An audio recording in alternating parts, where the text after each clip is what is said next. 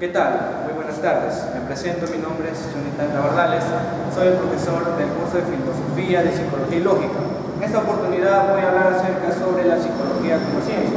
A ver, empecemos. Al igual que toda la ciencia, la filosofía, muchachitos, emergen en lo que es la filosofía. La filosofía es madre de todas las ciencias. En un inicio, la psicología en realidad no estudiaba lo que hoy en día conocemos como conducta y como procesos psíquicos. Antiguamente estudiaba lo que era el alma. ¿Y qué era el alma? Bueno, los griegos muchas veces creían de que el alma se podría reencarnar. El alma nos daba movimiento, el alma nos daba vida, el alma nos hacía reflexionar de muchas cosas. Entonces, la psicología parte de la filosofía, precientífica parte de la filosofía. Ya lo voy a colocar. Filosofía. También de la religión. Ahora, ¿quién es ese personaje quien nos habla de que en realidad el alma era algo motor, era algo que nos daba movimiento? Y los griegos explicaban, por ejemplo, cuando una persona moría, ¿qué sucedía? El cuerpo dejaba de moverse. Entonces el alma, cuando salía, el cuerpo quedaba inerte, entonces lo entendían los griegos como algo de movimiento. Entonces, ¿quién es ese personaje que trata un poco de sintetizar acerca sobre el estudio del alma? Fue el señor Aristóteles. ¿Sí? Aristóteles. Que es considerado el padre de la psicología antigua. ¿Ya? Es el padre de la psicología antigua. Y obviamente, pues, ya hablamos de las épocas modernas, ¿no? Hablamos de Descartes, con su teoría dualista, ¿no? De que el cuerpo era entendida como una máquina, lo cual eran impulsadas, dadas a movimiento a través de lo que son los espíritus animales, ¿no? Luego, más adelante, viene lo que son los psicofísicos. Ellos intentaban poder entender de que muchas de nuestras reacciones son producidas por determinados estímulos. Supongamos, ¿qué pasa? Que cuando tú estés sentado en el aula y supongamos que ocurre un temblor, ¿cuál sería tu reacción? Salir corriendo. Entonces, los psicofísicos, por ejemplo, intentaban medir cuáles eran las reacciones de nuestro organismo ante determinados eventos. ¿Sí? Entonces, partiendo ahí, la psicología ya, gracias a investigaciones, gracias a estudios, se crea ya lo que es el primer laboratorio de psicología. ¿En dónde sucede esto? En Alemania, en la Universidad de Leipzig. ¿Sí? Acá lo voy a colocar. El hecho histórico es que en Alemania se crea el primer laboratorio de de psicología, obviamente, el curso de psicología. ¿En dónde? En Alemania. Sí, en Alemania. ¿Quién fue este personaje quien gracias a él, obviamente la psicología ya es ciencia? Pues el señor fue un fisiólogo. ¿Cómo se llamó?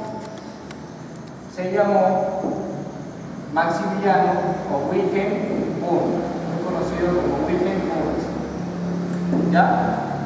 Wilhelm Wundt, que más adelante les voy a hablar un poco acerca de él, fue también pionero de lo que es la escuela estructuralista, que más adelante les voy a explicar. ¿Sí? Vamos, siguiendo. Entonces, gracias a las investigaciones, estudios que se realizaron, la psicología va a estudiar la conducta y los procesos psíquicos. ¿Sí? Conducta y procesos psíquicos. ¿Qué es la conducta? A ver, en este momento yo me estoy desplazando, en este momento yo estoy hablando, estoy cogiendo los pulmones, ¿no? Estoy escribiendo. Todas esas acciones que pueden ser observadas se entienden como conducta. ¿Sí? Entonces, ¿qué es la conducta? Son todas acciones, ¿qué más? Y reacciones. reacciones de los seres vivos. De los seres vivos, ¿sí? Es todo aquello que se puede observar, y precisamente las características es observable.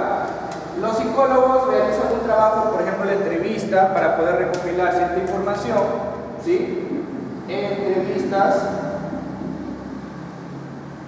También es medible el hecho de que se utilizan determinados test psicométricos, test proyectivos, ¿ya? Medible.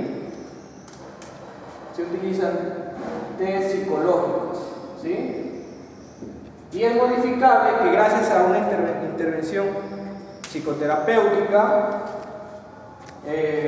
nosotros podemos cambiar determinadas conductas, por ejemplo, miedo, fobias, entre otros, ¿sí? A través de trabajo psicoterapéutico. ¿Sí? Ahora, los procesos psíquicos. ¿Qué son los procesos psíquicos? Los procesos psíquicos simplemente son reflejos, son representaciones de la realidad. Por ejemplo, ¿qué sucede en la mente de una persona que está enamorada? ¿No? Como que empieza a idealizar a esa persona. Wow, me gusta sus ojos, me gusta su cuerpo, entre otras cosas. Cuando estás enamorada, no miras ningún defecto en esa persona. Representas en tu mente esa idealización. Ahora, los procesos psíquicos se dividen en tres: los procesos cognitivos, afectivos y volitivos o cognitivos. Ahora, los procesos cognitivos, como su mismo nombre lo dice, nos permiten conocer, ¿sí? Nos permiten conocer los objetos, ¿no? Cómo es sus características, su forma de los objetos, si es de metal, si es de madera, entre otras cosas, ¿sí? Los procesos afectivos son aquellos procesos que nos permiten sentir, ¿sí? Por ejemplo, supongamos que un día estás en tu cama, estás en tu cuarto y te olvidas que es tu cumpleaños. Después de un rato viene, por ejemplo, tu mamá, lleva la torta y lleva un grupo de mariachis, y como que tú te preguntas, ¿qué es lo que está pasando? ¿Y esa bulla? ¿De quién es el cumpleaños? Entonces tu mamá entra a tu cuarto y te dice: hijo, sorpresa, feliz cumpleaños. ¿Cuál sería tu reacción? Te causaría una emoción de sorpresa, ¿no es cierto? ¡Wow! ¿No? Mamá, gracias, mamá, me olvidó que hoy es mi cumpleaños. Procesos afectivos, son procesos que nos hacen sentir. Los procesos volitivos o cognitivos son aquellos procesos que surgen de una necesidad. Por ejemplo, cuando estás de hambre, es una necesidad fisiológica que tienes que satisfacerlo comiendo, consumiendo alimentos. Cuando estás de sed, que también es otra necesidad fisiológica, ¿cómo lo satisfaces? Bebiendo algún líquido. ¿Te das cuenta? Son necesidades, pero también hay necesidades que son personales, que nos permiten llegar a la autorrealización. Por ejemplo, hay muchos chicos que deciden inscribirse, matricularse en academias. ¿Con qué finalidad? De adquirir conocimiento y nuevamente aplicarlo para poder ingresar a una universidad. Tienen aspiraciones, metas, objetivos. ¿Sí? Vamos acá. Vamos a hablar de una de las escuelas. Yo a los chicos de la academia les hago memorizar esta mnemotecnia. EFP recoge. ¿Sí? Son las escuelas. EFP recoge. La E, que es la primera escuela, es el estructuralismo. En un inicio te expliqué. A ver. ¿Quién es el padre de la psicología? ¿Te escucho? Ya, muy bien. Efectivamente, el padre del estructuralismo es Wilhelm Wundt, quien también es el padre de la psicología. Exacto, muy bien. El estructuralismo generalmente trataba de poder entender la mente como una estructura. A ver, te pongo un ejemplo. ¿Tú has escuchado de la tabla periódica? Ya. La tabla periódica, ¿qué encontramos? Encontramos elementos químicos, ¿no es cierto? Por ejemplo, tenemos el H que representa el hidrógeno, la O el oxígeno. ¿Te das cuenta? Elementos. Igual, decía Wilson que en nuestro cerebrito también habían ciertos elementos. Cada partecita de nuestro cerebro representaba un elemento. ¿Y qué pasó? Wilson encontró 3.000 átomos mentales.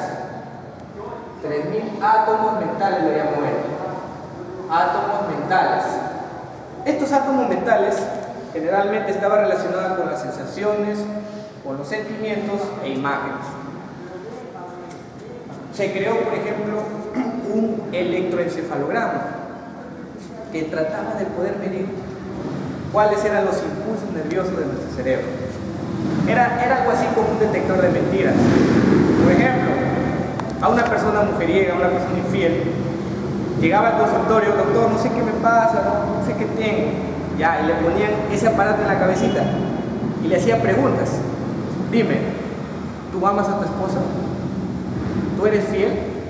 El paciente decía: sí, doctor, sí lo amo, sí soy fiel, 100%, como todos los hombres. Entonces emitía una respuesta, ¿no? Como un detector de mentiras, y empezaba a sonar: ti, ti, ti, ti. Estás mintiendo.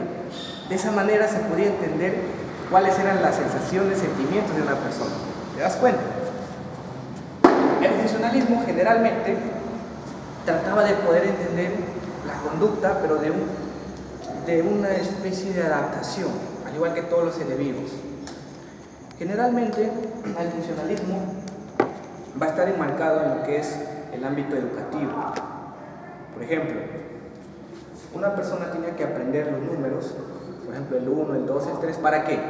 Para poder sumar.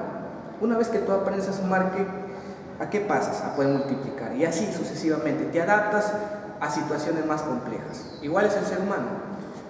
Un niñito cuando llora, ¡uña, uña!, se agarra a llorar. ¿Por qué crees que lo hace?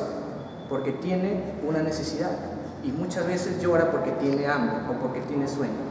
¿Te das cuenta? Igual, nuestro organismo funciona de esa forma para poder sobrevivir, para poder adaptarse a los cambios. Eso es funcionalismo. Siguiente, el psicoanálisis. El psicoanálisis generalmente trataba de poder entender el inconsciente humano. El inconsciente era algo profundo del cerebro que no se podía conocer. Pero ¿qué pasó? El representante, en este caso, Sigmund Freud, que es el padre del psicoanálisis, acuérdate, él encontró una manera de poder acceder al inconsciente. ¿A través de qué? A través del método de la catarsis o hipnosis. La hipnosis o la interpretación de sueños o la asociación libre. ¿Sí? Decía que muchos de los traumas que nosotros tenemos en la juventud, en la adultez, se deben a problemas no resueltos en la infancia. Por ejemplo, él clasificó etapas. Una de ellas, te voy a ejemplificar, es la etapa oral. La etapa oral inicia de 0 más o menos a 1 año, 18 meses o a 2 años. Es donde el niño, todas las cosas que observa, todas las cosas que están a su alrededor, lo mete a su boca. Por eso que algunos le compran lo que es como una especie de chupón, algo así, ¿no?, a los niños.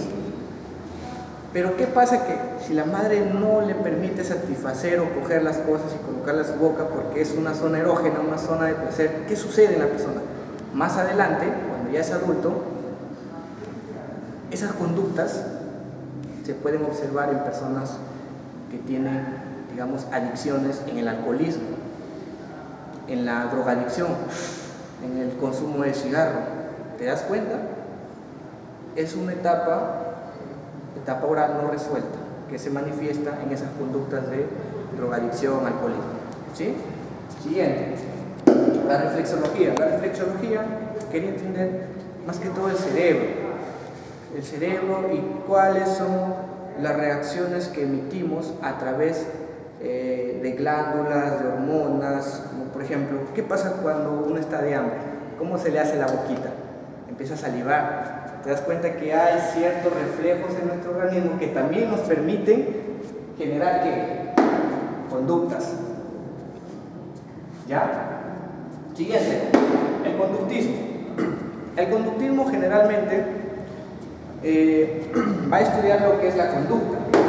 Obviamente, el conductismo viene de conducta. El máximo representante es Watson.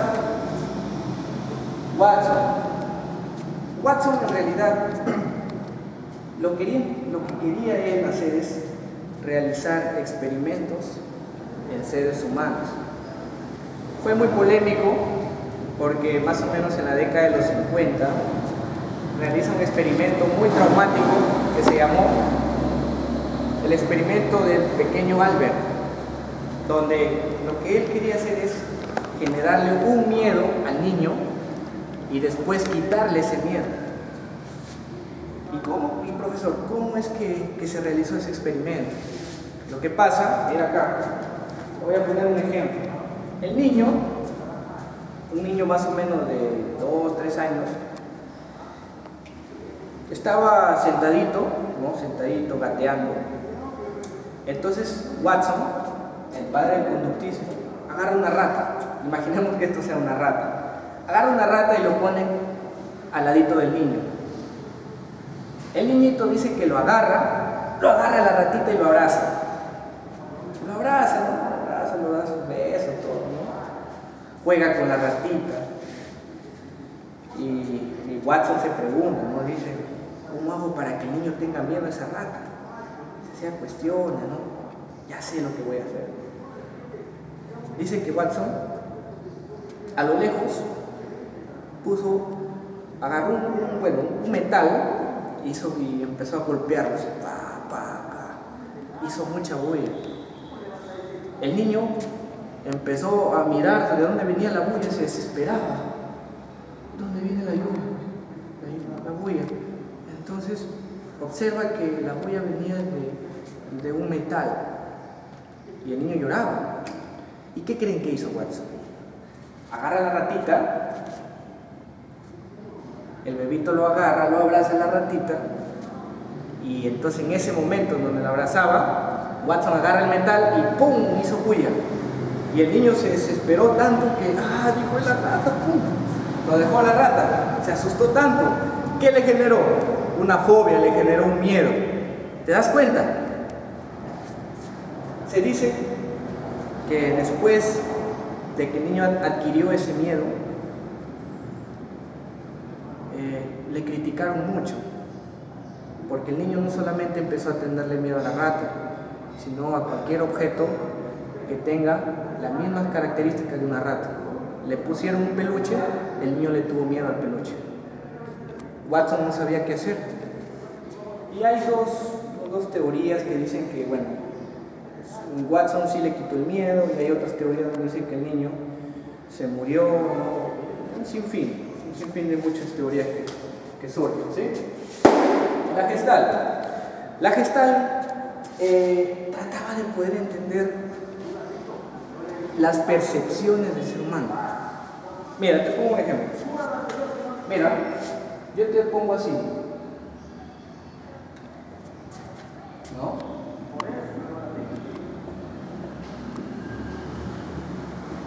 Si tú te das cuenta, si yo te digo, ¿qué observas acá? Tú me dices un triángulo.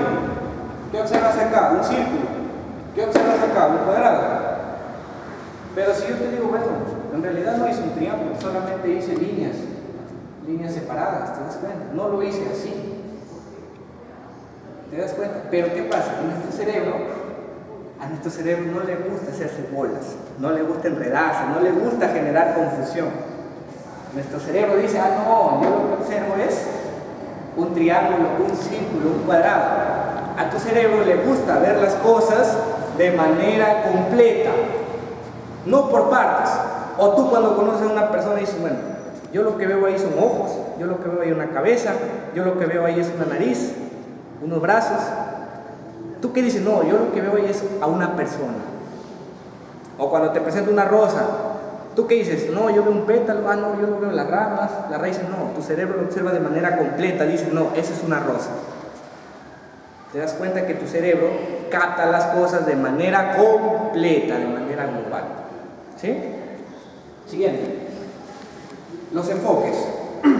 Los enfoques generalmente son los que hoy en día se aplican. Por ejemplo, El enfoque psicodinámico se aplica para poder entender el comportamiento generado por determinados conflictos. Conflictos inconscientes en la mente de una persona que tiene trastornos mentales. Ahí nosotros vamos a conocer lo que son los trastornos de personalidad. Trastornos de personalidad. ¿Sí? Vamos a poner un psicópata. Un psicópata se ríe incluso cuando mata. Le da placer, le da gozo. Entonces, una persona normal se preguntaría, ¿y por qué se ríe? ¿Por qué le gusta hacer esos crímenes? Entonces, el psicodinámico te diría, no, es que lo que pasa que en su cerebro existen determinados conflictos inconscientes agresivos que le permiten realizar esas conductas. Te das cuenta que toda conducta es explicada. Trastorno de la personalidad. De repente, esa persona psicópata estuvo su familia viviendo en constantes maltratos, agresiones, y el niño psicópata fue creciendo. Observaba cómo el padre maltrataba a la madre, cómo venía borracho, era agresivo, y de repente él aprendió esas conductas, generó un trauma, un trastorno. Enfoque psicodinámico, ¿te das cuenta? El conductismo. El conductismo dice, al igual que viene de una escuela también, pero hoy en día es conocido como un enfoque porque se aplica, generalmente está relacionado con estímulos, con conductas, con reacciones, todo lo que tiene que ver con conducta, muchachitos. ¿Sí? Como ya te expliqué en el ejemplo de Watson, hoy en día se aplican algunas técnicas para poder quitar los miedos, las fobias a una persona, porque las fobias, los miedos son aprendidos, y si son aprendidos, también se puede quitar, ¿no? Se puede desalojar esas fobias. Siguiente. Humanista. El enfoque humanista tiene que ver con la autorrealización, el desarrollo personal de una persona. Toda persona es libre, decían los humanistas. Todas las personas tenemos el libre albedrío. Nosotros somos los constructores, como se dice, de nuestro destino. No existen influencias malas que a ti te hacen, digamos, comportarte negativamente en la sociedad. Tú eres libre de tomar decisiones. Y tú también, si tú quieres hacer las cosas bien, tienes que, obviamente, respetar las normas, respetar las leyes. ¿Te das cuenta? Enfoque humanista. La cognitivista. La cognitivista generalmente está relacionado con el procesamiento de la información. ¿No te ha pasado que cuando estás en un examen de admisión y ves una pregunta, un ejemplo, ¿no? Te dicen, muchachito, mira, supongamos que A es igual a 5, B es igual a 3, dime cuánto es A menos B. ¿Qué es lo que hace tu cerebro? Tu cerebro primeramente interpreta, trata de poder entender, analizar. Dice, no, A es 5, B es 3, entonces A menos B. ¿Qué hace tu cerebro? Procesa la información, analiza, dice, A es 5, B es 3, ¿cuál sería la respuesta? 2. ¿Te das cuenta? Ese cálculo, ese proceso, ese razonamiento que tú hiciste está determinado por un enfoque cognitivista. ¿Te das cuenta? Ahora, siguiente, vamos con el biopsicológico. A ver, a ti que te gusta la biología quizás, ¿qué es bio? Es vida, ¿no es cierto? Y psicológico, psicología. Ahora, el biopsicológico, muchachitos, generalmente se enfocaba más que todo en la parte orgánica del cerebro, los neurotransmisores, ¿no? Por ejemplo, ¿qué pasa en el cerebro de una persona cuando consume marihuana? ¿Qué pasa? Hay algunos que dicen, hoy brother, siento que, no sé, estoy volando, siento que, puta, no sé, es una felicidad enorme, brother, no te puedo explicar. siento que estoy en Marte, siento que soy piloto, ¿no? Y hay otros que dicen, no, yo veo círculos perfectos, brother. Hoy veo una chica hermosa, alucinaciones, ilusiones quizás. ¿Te das cuenta? El efecto que produce esa sustancia en tu organismo. Te hace alucinar, ver cosas que tu cerebro no le entiende quizás. Hoy en día, para tratar los problemas esquizofrénicos, existen medicamentos, ¿no es cierto? Entonces el enfoque biopsicológico también explicaría, ¿no?, cuáles son los efectos que producen esos medicamentos en el cerebro de una persona con problemas de esquizofrenia. ¿Te das cuenta que toda conducta es explicada? Ese es biopsicológico. Ahora, ¿cuáles son los fines de la psicología? Y ya para poder culminar, esta es una pequeña introducción, porque en realidad la psicología es un campo bien amplio y solamente te da un pequeño repaso. Fines: describir. Describir simplemente es anotar, es poder observar las conductas de una persona. Imaginemos, la madre cuando ve a su hijo que es muy travieso, que en el colegio se porta malcriado, arranca las hojas, es inquieto, es hiperactivo, es impulsivo, no, a cada rato está cogiendo las cosas, hace desorden, hace bulla. Entonces, en ese caso está describiendo cómo es una persona, cuáles son sus conductas que él tiene, describe, anota cómo es. Explicar es la siguiente: ¿por qué mi hijo se comporta así? ¿Qué es lo que está pasando? No era así, desde que iba creciendo se ha comportado así. ¿Por qué es así la persona? ¿Por qué mi niño es hiperactivo, es impulsivo? ¿Por qué ella no me ama? Quizás te has puesto a pensar. ¿Por qué el hombre sufre? ¿Por qué llora? ¿Te das cuenta? Explicas el porqué. Reflexiones. Siguiente punto es predecir. Predecir que ante una causa tiene su consecuencia, tiene un efecto. ¿Qué pasa si tú no estudias? ¿Vas a ingresar a la universidad? No, no es cierto. ¿Qué pasa si tú no eres romántico, no eres detallista, no eres fiel con tu pareja? ¿Qué es lo que podría suceder? ¿Cuál sería la consecuencia? ¿Te das cuenta? Siguiente, modificar, ya para terminar. Modificar es tratar, controlar, intervenir, ayudar al paciente, ayudar a la persona a cambiar esas conductas negativas. Es un trabajo arduo que se da a través de sesiones donde obviamente se le recomienda al paciente el poder seguir, ¿no?, las recomendaciones que en este caso establece, ¿no?, el psicólogo, para poder modificar esos pensamientos, esas conductas, esos hábitos que tiene. Bien, chicos, esta ha sido una pequeña introducción. En realidad la psicología es muy amplia. Espero que te haya gustado. Cualquier duda, cualquier consulta, nos hace saber en los comentarios. Y bueno, y para terminar, somos Academia Inapur y los Capos. Muy bien, inscripciones abiertas en el SUTEP Bagua.